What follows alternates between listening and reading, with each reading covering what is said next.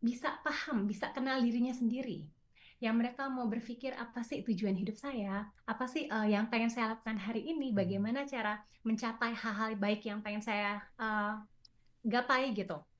Ketika mereka punya kemampuan kognitif yang oke, mereka pasti akan berusaha Hmm. menyusun dirinya, mengatur jadwal hari-hariannya untuk regulasi dirinya baik. Tapi buat orang-orang yang punya keterbatasan kognitif yang bahkan mungkin mungkin nggak cuma nggak mampu ya, tapi nggak mau gitu, Hmm. nggak mau mikirin hari ini, pokoknya sejalan-jalannya aja. Hmm. Nah itu biasanya kan self regulasinya juga apa kurang oke. Kemudian terkait dukungan sosial, ternyata kita itu bisa punya pengaturan diri yang baik ketika kita didukung oleh sosial kita. Oke.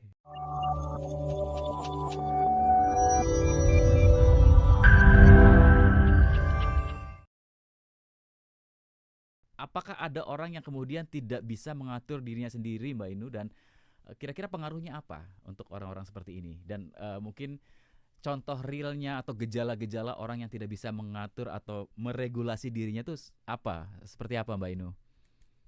Ya, ya memang sayangnya ya ada orang-orang yang memang kesulitan dalam atau memiliki hambatan ya dalam meregulasi diri, gitu, dalam punya regulasi diri yang baik karena ternyata memang ada faktor-faktor yang berpengaruh terhadap baik atau tidaknya Hmm. regulasi diri seseorang. Misalnya nomor satu itu genetik. Oh. Ternyata genetik genetik itu cukup berpengaruh loh tentang terkait self regulasi seseorang. Dimana ketika emang punya orang tua misalnya yang pemarah atau punya orang tua yang memang sering berantem di hadapan anak-anaknya, itu pasti akan bikin mereka belajar gitu. Jadi secara genetik dan juga mungkin secara pola asuh anak-anak itu akan tumbuh jadi orang dewasa yang ya dari masih kecil aja udah tidak baik ya, kurang Hmm. oke pengaturan dirinya, apalagi semakin dewasa gitu. Dan yang kedua mungkin selain faktor genetik, pengalaman hidup. Hmm. Ya, alhamdulillah sih kalau misalnya di guru saya bilang ya, dosen saya bilang ternyata kita itu punya guru-guru kehidupan. Mungkin kita nggak punya orang tua yang sempurna, mungkin kita nggak dapat lingkungan yang baik dalam pengalaman hidup kita. Hmm. Tapi ternyata seiring kita tumbuh dewasa ada ternyata yang namanya guru-guru kehidupan. Hmm. Gitu. Jadi ternyata dari pengalaman hidup, dari guru-guru kehidupan, misalnya orang yang kita seganin, guru yang kita hormati, Hmm. temen atau orang tua teman kita yang oke ya regulasi dirinya, pengaturan dirinya, itu kita bisa belajar banyak dari mereka. Gitu. Oke. Jadi yang kedua itu ya pengalaman hidup ya, Hmm. kemudian kemampuan kognitif. Jadi memang ada orang-orang yang bisa paham, bisa kenal dirinya sendiri. Yang mereka mau berpikir apa sih tujuan hidup saya, apa sih yang pengen saya lakukan hari ini, Hmm. bagaimana cara mencapai hal-hal baik yang pengen saya gapai gitu. Ketika mereka punya kemampuan kognitif yang oke, mereka pasti akan berusaha Hmm. menyusun dirinya, mengatur jadwal hari-hariannya untuk regulasi dirinya baik. Tapi buat orang-orang yang punya keterbatasan kognitif yang bahkan mungkin mungkin nggak cuma nggak mampu ya, tapi nggak mau gitu, Hmm. nggak mau mikirin hari ini, pokoknya sejalan-jalannya aja. Hmm. Nah itu biasanya kan self regulasinya juga apa kurang oke. Kemudian terkait dukungan sosial, ternyata kita itu bisa punya pengaturan diri yang baik ketika kita didukung oleh sosial kita. Oke. Gitu. Ternyata kalau kita ada di lingkungan yang baik, teman-teman kita pada sabar-sabar nih, mungkin kita gampang marah nih biasanya. Tapi kita ngelihat, kok ini orang bisa nggak marah ya pada situasi ini? Oh, kok ini orang-orang kok bisa tenang ya? Nah itu kita pasti akan belajar. Hmm. Dan Hmm. ketika mereka ngasih kita dukungan, ayo kamu juga bisa, kamu juga mampu. Biasanya kita akan belajar lebih baik terkait pengaturan diri ini. Hmm. Dan juga mungkin ada faktor lain seperti kesehatan fisik. Jadi ada orang-orang yang mungkin lagi sakit itu biasanya kan kerasa ya, aduh Hmm. lagi sehat aja gampang ngomel, apalagi lagi sakit gitu Iya, kan. iya, iya. Jadi ya itu bisa ngaruh banget ke pengaturan diri seseorang, Oh, kondisi kesehatan gitu Mas. oke. Jadi faktor-faktornya ya cukup banyak ya, ada beberapa ternyata Mbak Inu. Ini kan berarti sesuatu yang kalau misalkan terjadi pada seseorang dia tidak akan mampu meregulasi dirinya atau ada hambatan begitu. Mm-mm. Dampaknya akan seperti apa kepada kualitas hidup dan pribadi orang yang tidak bisa atau tidak mampu meregulasi dirinya sendiri ini, Mbak Inu? Ya. Jadi kalau kita balik ke definisi pengaturan diri, orang bisa mengatur dirinya ya, yang tadi emosi, perilaku, sampai sosial segala macam. Buat apa? Buat bisa mencapai tujuan hidup dia dengan apa? Efisien. Hmm. Buat orang-orang yang nggak bisa atau nggak punya atau kurang mampu dalam pengaturan diri, biasanya mereka akan terganggu dalam mencapai tujuan hidup, gitu. Atau mungkin tujuannya tercapai tapi kurang efektif Oh iya, cara-caranya. oke. Harusnya misalnya, yang gampang mungkin mahasiswa pengen lulus dengan tepat waktu, tapi Mhm. karena regulasi pengaturan dirinya kurang oke, akhirnya kan nggak bisa lulus atau malah drop out seperti itu. Karena nggak Hmm. efisien regulasi dirinya. Dari faktor-faktor tadi Mbak Inu kan ada faktor-faktor yang tidak bisa dikontrol diri kita sendiri.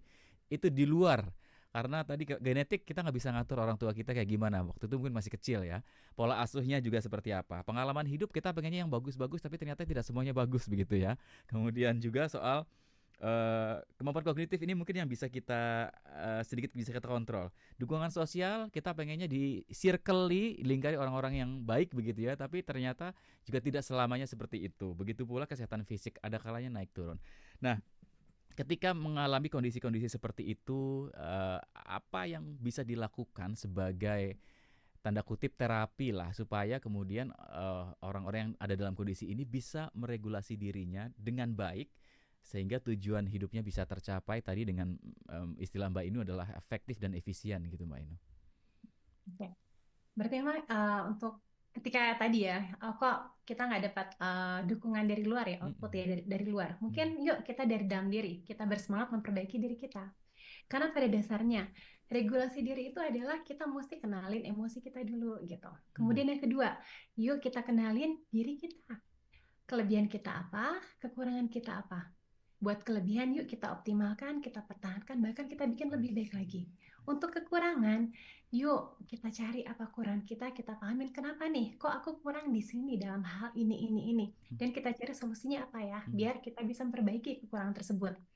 Dan yang ketiga itu mungkin kita cari nilai sama tujuan kita. Mm. Kenapa sih aku mesti hidup? Kenapa sih aku mesti berpuasa kalau konteksnya puasa? Mm. Kenapa saya mesti sahur? Kenapa saya mesti buka puasa? Kenapa saya mesti lapar-laparan tengah hari gitu kan? Kenapa mungkin orang berpuasa katanya jadi tambah dermawan? Mm. Kalau bahasan pekan lalu ya dari dengan Mbak Mbak Rahma. Rahmi kan, Teh Rahmi, heeh. Mm. Kenapa orang puasa kok jadi lebih baik, lebih sabar, lebih penyayang? Dan kita bisa paham, oh ternyata iya, banyak hal dari kalau kita bahas soal puasa nih lagi-lagi. Oh iya, ternyata puasa itu banyak efek fisiologisnya loh, yang membantu diri kita bisa lebih baik. Mungkin kalau kita bisa simpulkan, puasa ternyata bisa membantu seseorang untuk punya regulasi diri lebih baik. Mm. Kenapa? Gitu. Kenapa kalau pertanyaan kenapa? Mungkin tips dari saya, ayo rajin-rajin puasa ya. Karena apa? Oh, karena ya mungkin ya puasa itu ada dampak yang nggak baik kalau tidak dilakukan dengan tepat Oke. gitu.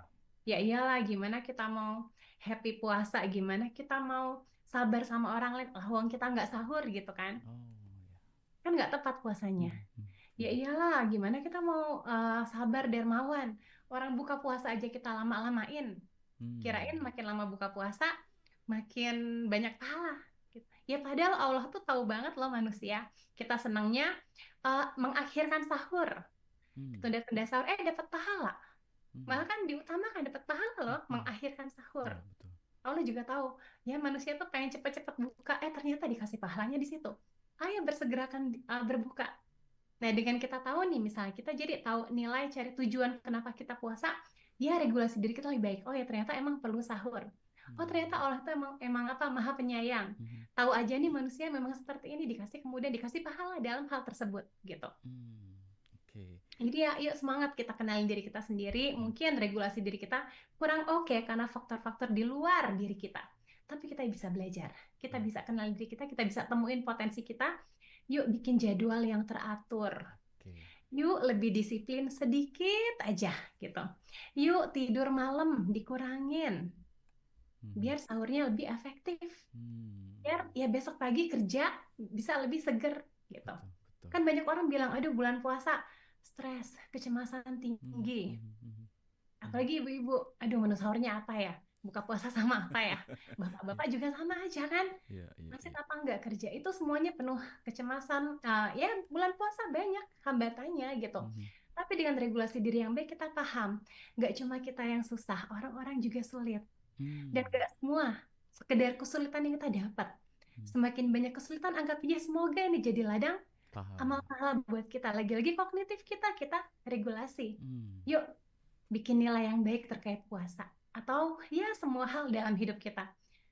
mhm, Hidup adalah ujian, hidup mhm, adalah tantangan. Yuk, kognitif kita geser. mhm, Nggak cuma sekedar ujian, nggak sekedar tantangan gitu. mhm, Tapi pasti ada makna, ada hikmah di balik itu semua. mhm. Mungkin itu sih, Mas. Kalau kata Dewa 19, hidup adalah perjuangan ya.